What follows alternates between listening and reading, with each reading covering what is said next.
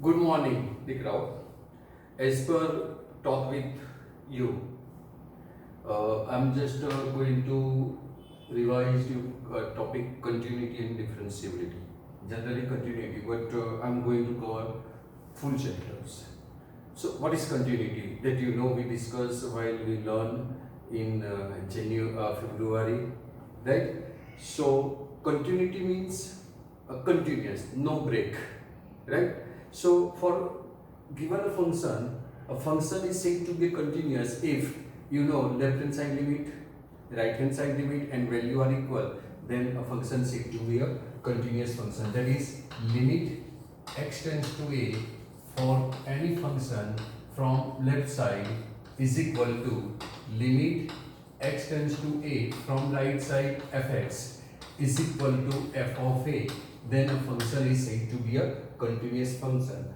Otherwise, a function is said to be a discontinuous or not continuous at given point x is equal to a. Right? This is at x is equal to a. Now you also know if a given interval, then no need to check at each and every point of the interval. A function may be discontinuous at the point where a function change its value, right? So आपको पता ही है कि जहां पे function का value change होता है at that point a function may or may not be a continuous, otherwise it's a continuous function in everywhere in interval, right? So suppose you are given fx is equal to modulus of x minus 5, right? Then you have to check at x is equal to 5. Then you have to check only at x is equal to 5. No need to check for x that is a greater than 5. We take in starting lectures as c greater than 5, c less than 5, but no need to. We have to check at only x is equal to 5. Now this is the function defined. So this function is modulus function. So by definition of modulus function, because definition of modulus function is modulus of x is equal to x while x is greater equal to 0 and minus x while x is less than 0. So applying this form definition, what we get is answer is a x while x is greater equal to 0 means x minus 5 greater equal to 0. So I am writing x minus 5 greater equal to 0. That means this implies x is greater equal to 5. So I am going to write directly here x is greater equal to 5 and x minus 5 is less than while x is less than 5. So you have to check at only x is equal to 5. No need to take c greater than 5 or c less than 5, because if it is continuous at this point, then it is continuous at everywhere. Just like this. Suppose this is the function is given, right? This is a graph of function. I don't know which function is this, but this is the graph, right? This is limit. Suppose this is x is equal to a. This is left hand side limit. This is right hand side limit, right? Both are equal here, right? And the value. Suppose this is a. So this is value. So this value are same. Then it's a continuous function. If value or left hand side limit is not equal, right? There is this. The left hand side limit and value not equal. Suppose this value is here. This is a is here. Then this function is not continuous because this is break, right? Suppose right hand side limit and this, right? If I am taking this point here, then right hand side limit and value are same, but function is not continuous. So if right hand side limit, left hand side limit and value all are same, then this is a continuous function, no break in this function. So you have to find out only either left hand side limit, right hand side limit and value. Suppose you are finding first left hand side limit and right hand side limit, both are not equal, then say it's a discontinuous function, it's not continuous function. If you find out first value and left hand side limit, both are not equal, then function is not continuous, right? So no need to find out all left hand side limit, right hand side limit and value in MCQ. You can observe by given function, right, and say it is a continuous function or not continuous function, right? So now you have to check left hand side limit, right hand side and limit value. So at x is equal to 5 means I am first finding out a value, that is f of 5. So substituting when f of 5, that is x is equal to 5, then this function is defined. So you have to take x minus 5. So substituting 5 minus 5, that is 0. Now left hand side limit. So limit x tends to 5 from left, f of x. Now this you know, x tends to 5 from left. The meaning of this, x tends to 5 from left. That means x is less than 5. And the meaning of x tends to 5 from right, that is x is greater than 5. This you have to remember, right? That means x is tends to a from left, that is x is less than a, and x tends to a from right, that is x is greater than a. So x is tends to 5 from left, x tends to 5 from left, that means you have to take x less than 5.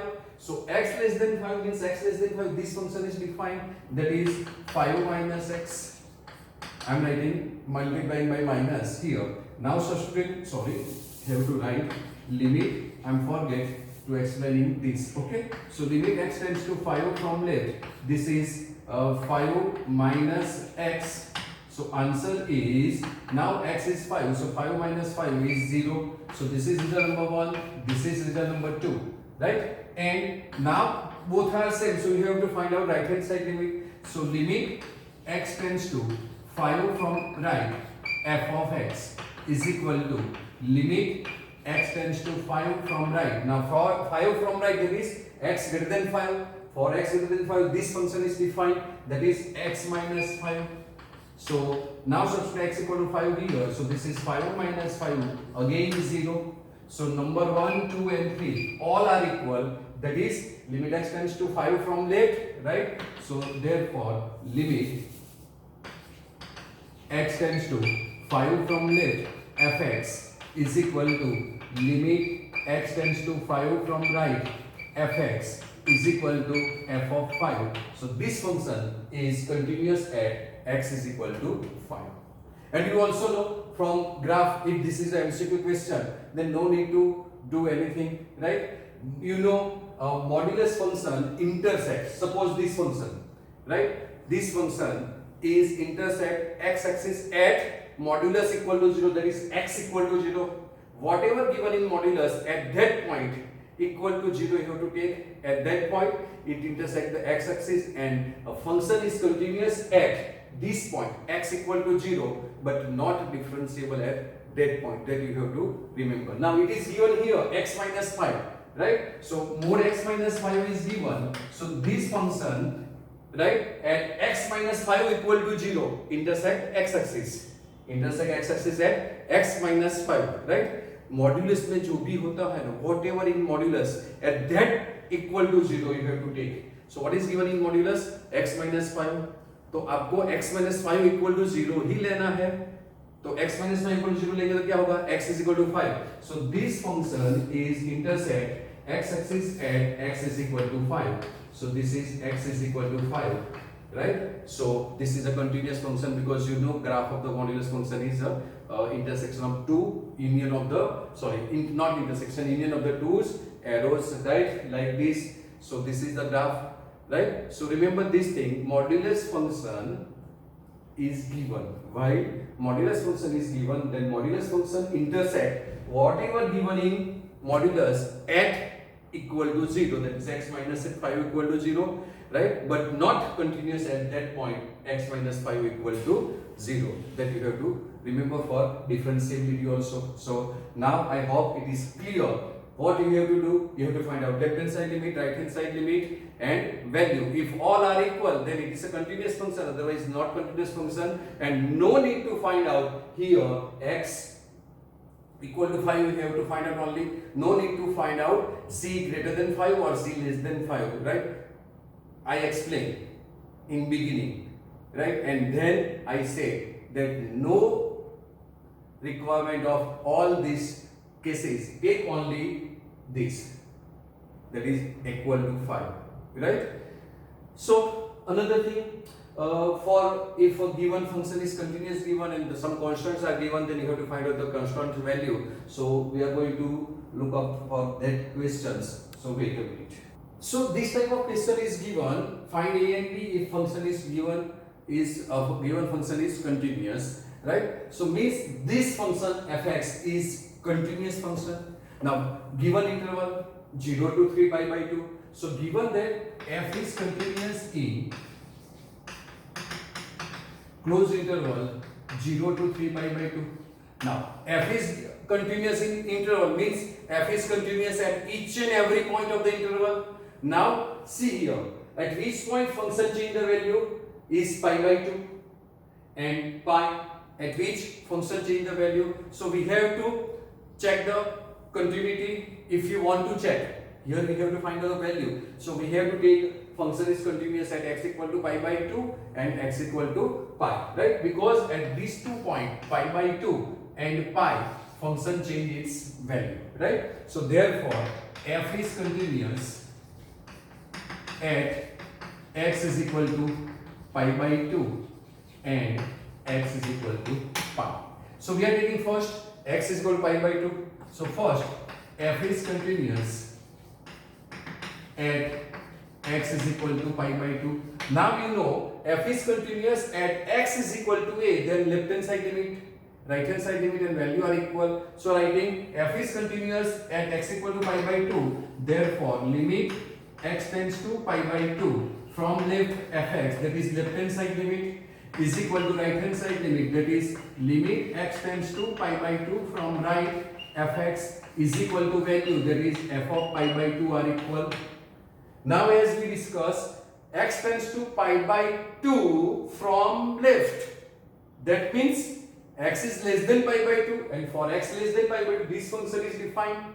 This is pi by 2 to pi, that is x is greater than pi by 2, for that this function is defined. So from left the function defined is limit x tends to pi by 2 fx. Fx is a sine theta, sorry we have to take theta here, so theta tends to pi by 2 theta, right, at theta is equal to pi by 2, right? Sorry, I am writing x, right? So limit theta tends to pi by 2 a sine theta plus b is equal to, as we discussed, limit theta tends to pi by 2 from right, this function is defined, that is cos theta, and the value f of pi by 2 is this, so a sine pi by 2 plus b.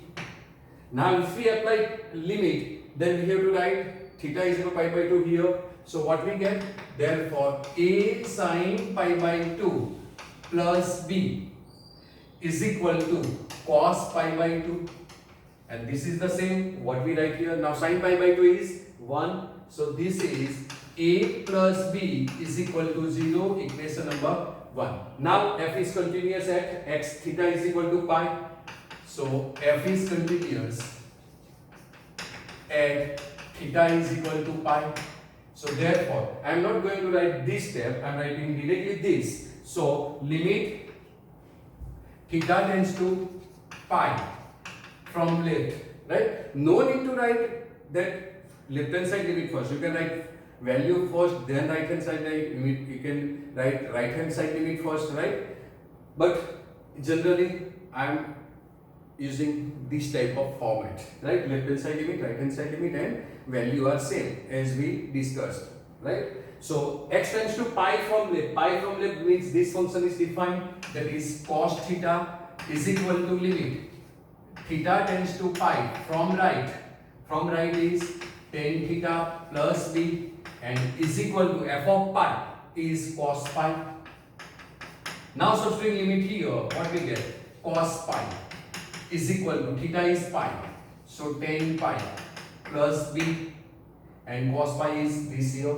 Cos pi is minus 1, so minus 1 is equal to tan pi is 0, as sin pi is 0, that we know, and plus b. So answer is b is equal to minus 1, right? Now substituting b equal to minus 1 here, so from 1 what we get?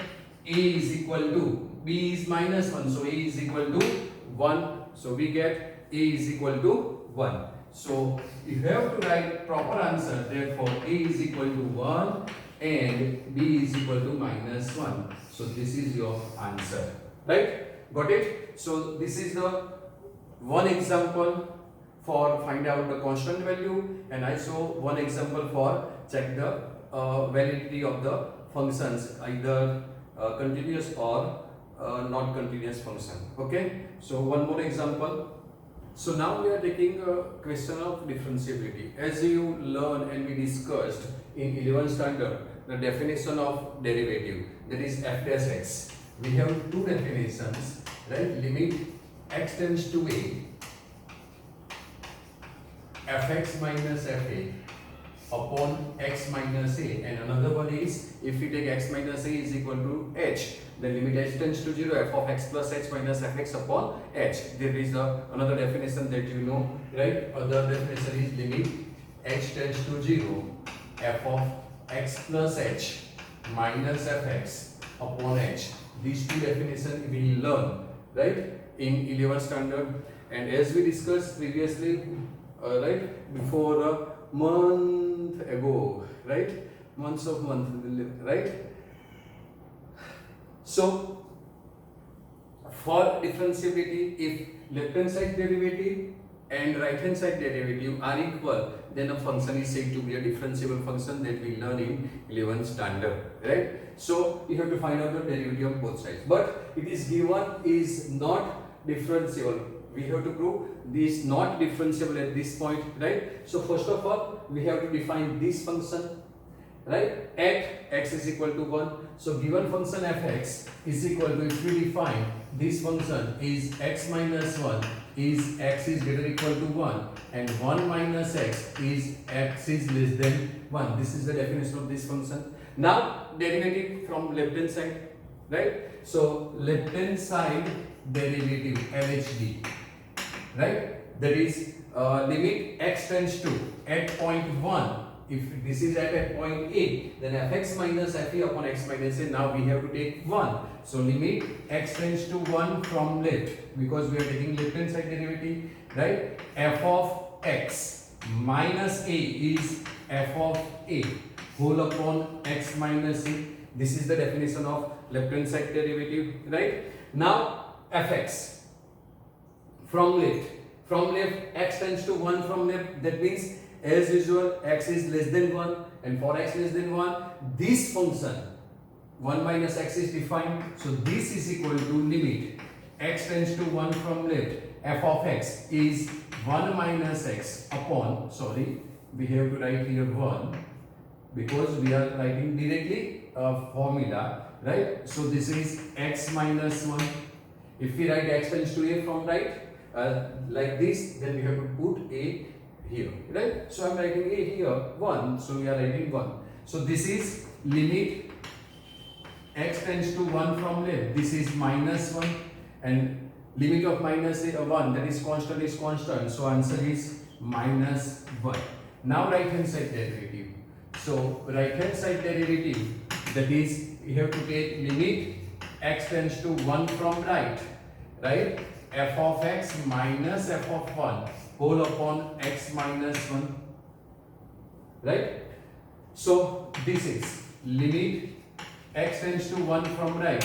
Now 1 from right, this function is defined as x minus 1, and if we substitute x equal to 1 here, we will get answer 0. Anywhere you can substitute 1, answer is 0. So I am not writing 0 also here, and this is x minus 1. So remaining will be limit x tends to 1 from right, this is 1, so answer is 1. That means left hand side derivative and right hand side derivative are not equal. So here what we get, therefore left hand side derivative is not equal to right hand side derivative, therefore f is not differentiable. F is not differentiable, right? This is the questions of differentiability, right? Now remember one thing, a continuous function may or may not be a differentiable function, right? C then not D, but D then C. Means differentiable function is always continuous function. That means you have to remember DC is possible in physics, current. DC current is possible, not CD current. So continuous may or may not be differentiable, but differentiable, then function is continuous. So this function is a continuous function, and we saw this question. That's why I am taking this question once again for differentiability also, because we prove this mod x minus 1 is continuous function at x equal to 1, right? So another question for this type of question is mod x at x is equal to 0 is continuous but not differentiable. That you have to practice yourself, right? So what you have to remember, continuous function may or may not be differentiable. CD current is not possible, but DC current is possible. So if DC is possible, that is differentiable, then function is always a continuous function. Also, you know the algebra of continuous function, that is if two functions are given f and g, then addition, subtraction, division also a continuous function, multiplication is also a continuous function, that you know very well, right? Now after finishing this continuity and differentiability, right? So this is the for differentiable function, right? So when function is said to be differentiable, a left hand side derivative as well as right hand side derivative is equal, then function is said to be a differentiable function. And when function is said to be a continuous function, our left hand side limit, right hand side limit, and when you are equal, then function is said to be a continuous function. And no need to, once again, no need to find out at x is equal to a is given, then a greater than 0, a less than 0, only you have to check the continuity at where the function change the value, right? So this is for continuity. Now I am going to continue with some basic idea for solving a differentiation problem, right? So for derivative, what you have to do, right? For differentiation, you know all formulas, so no need to explain anything, but confusing points, right? I am going to explain. So first is your chain rule that we learn in 11th standard also, right? So chain rule, what is chain rule? So if a function is not in your proper form, that is standard form, right, then you have to apply a chain rule. Suppose a function is given sin x, right? So y is given sin x, then derivative of this is a standard function, so derivative of sin x is cos x, but it is given like this sin square x. So this is not a proper function because you have only formula for sin x, right? So you have to write this as sin x whole square. Now you have formula for x raised to n, but instead of x, this is sin x. तो आपको क्या करना है वो मैंने बताया है video में भी, क्लास में भी दिखाया समझाया था कि आपको एक ही क्वेश्चन पूछना है, इज देयर एक्स, एक्स है क्या? तो is x sin square x? No, this is sin square x, not x. So this is bracket, so derivative of bracket raised to n is n bracket raised to n and then ddx of bracket. जो standard x नहीं है तो आपको उसका chain rule apply करना है, वो आपको पता है. So I'm just discussing, right? Not going to solve all questions, okay? So in this type of question, you want only a standard form, that is x. All formulas are based on x. Sin trigonometric, sin x cos x. Instead of sin x, there is a sin square x here. Then you have to apply chain rule, right? So x है क्या? Is there x? Ask the question in your mind and apply chain rule. You will be able to solve, right? And मैंने आपको बताया भी है bracket raised to n, sin bracket derivative cos bracket, right? Suppose it is given like this, sin twice x plus 3. Now y is this, and you have a formula for sin x only. x है क्या? नहीं है. क्या है? twice x plus 3, that is bracket. So derivative of sin bracket is cos bracket. So dy by dx, right, is cos bracket, and derivative of bracket again is 2. That is your answer, right? So that is this is your chain rule, okay?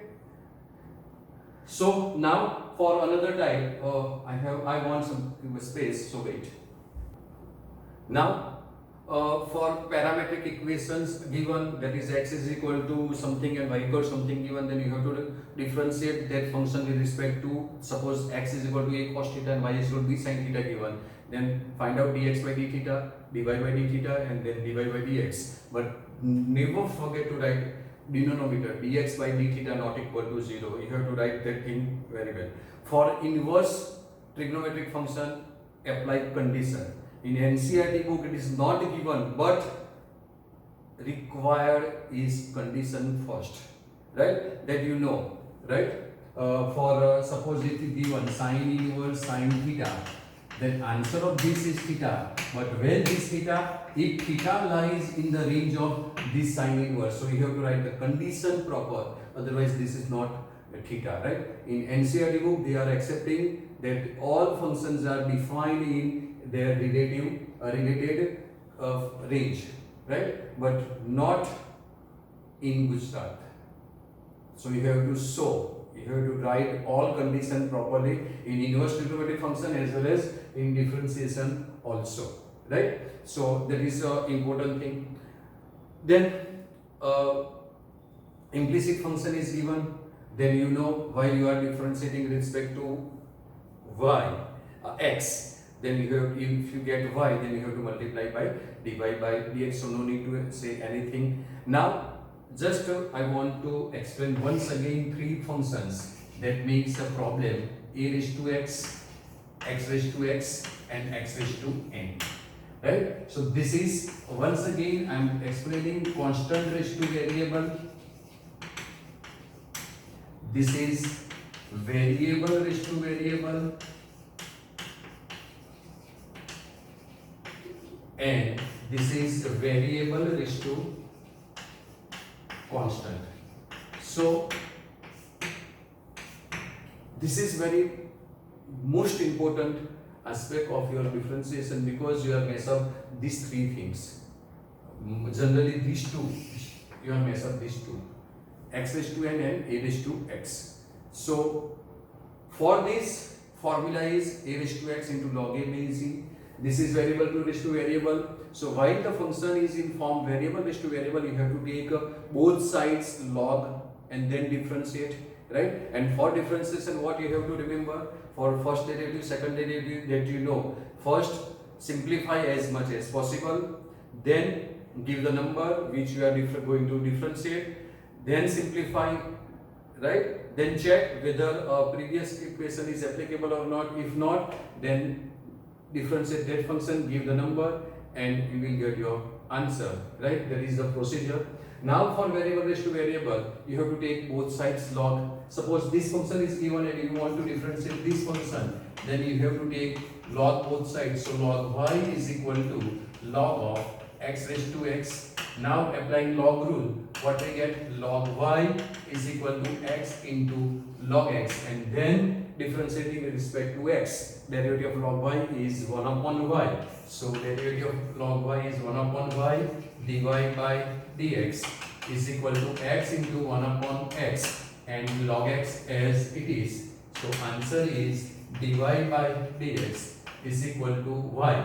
Y is x raised to x into 1 plus log x. Right? So this is the way to differentiate the variable raised to variable form. Right? And in your textbook there is lots of example from like this: sin x raised to x plus x raised to sin x. Now in this type of question, what you have to do, right? Never take log both sides, because log of the addition is not possible. Log a plus b is not equal to log a plus log b, right? Log a plus log b is possible for log a into b is log a plus log b. So never take log both sides. For this type of question, you have to assume u is equal to sin x raised to x and b is equal to x raised to sin x, right? Then write y is equal to u plus b. Differentiate this function with respect to x. What we get? Dy by dx is equal to du by dx plus dv by dx, right? And then take log both sides like this and differentiate, get your answer. Take v, take log both sides, right, and get your answer. And if you don't want to take log both sides for variable raised to variable, then you have to change in the form of e to the power, right? Because this, you have a formula e raised to log x base e. If these both base are equal, then answer is x. So writing this in e to the power, that is y is equal to e raised to, this is log x raised to x base e.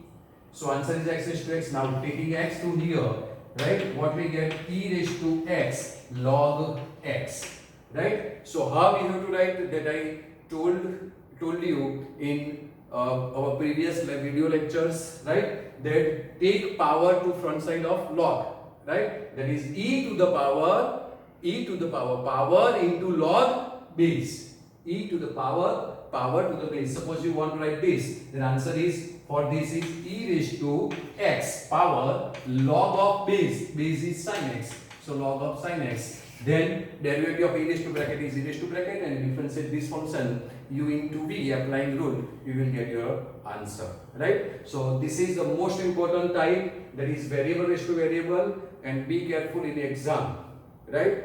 You must have, there is a one question of variable raised to variable in each and every exam. So there is a possibility of variable raised to variable form question in your exam also, right? And this is your standard formula x raised to n that you know, so no need to discuss anything, right? Now, then second derivative is over, first derivative is over. Now you have to remember one thing also in second derivative. Suppose you get dy by dx, while parametric equation is given, you get dy by dx is tan theta, suppose, and you want to find out second derivative, then you have to write down d square y by dx square. Now this is function in theta, and you want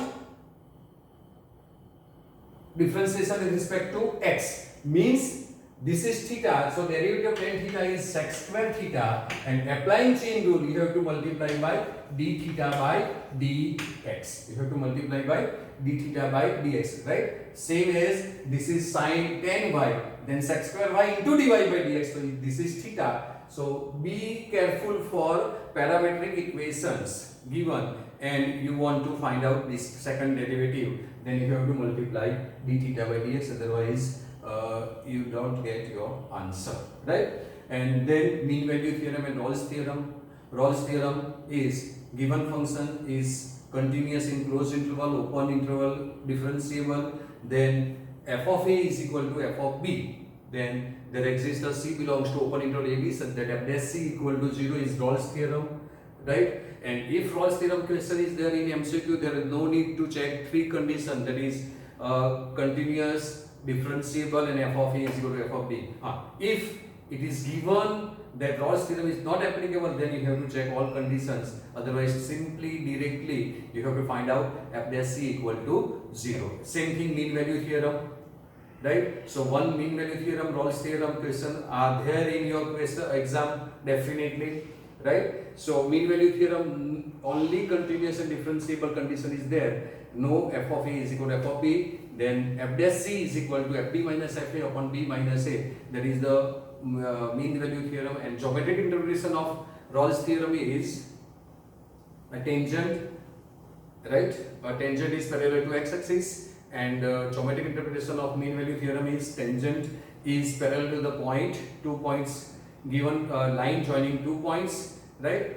So you have to remember this thing. And if you have yet another problem or any problem, then you can directly call me. Okay, I hope so.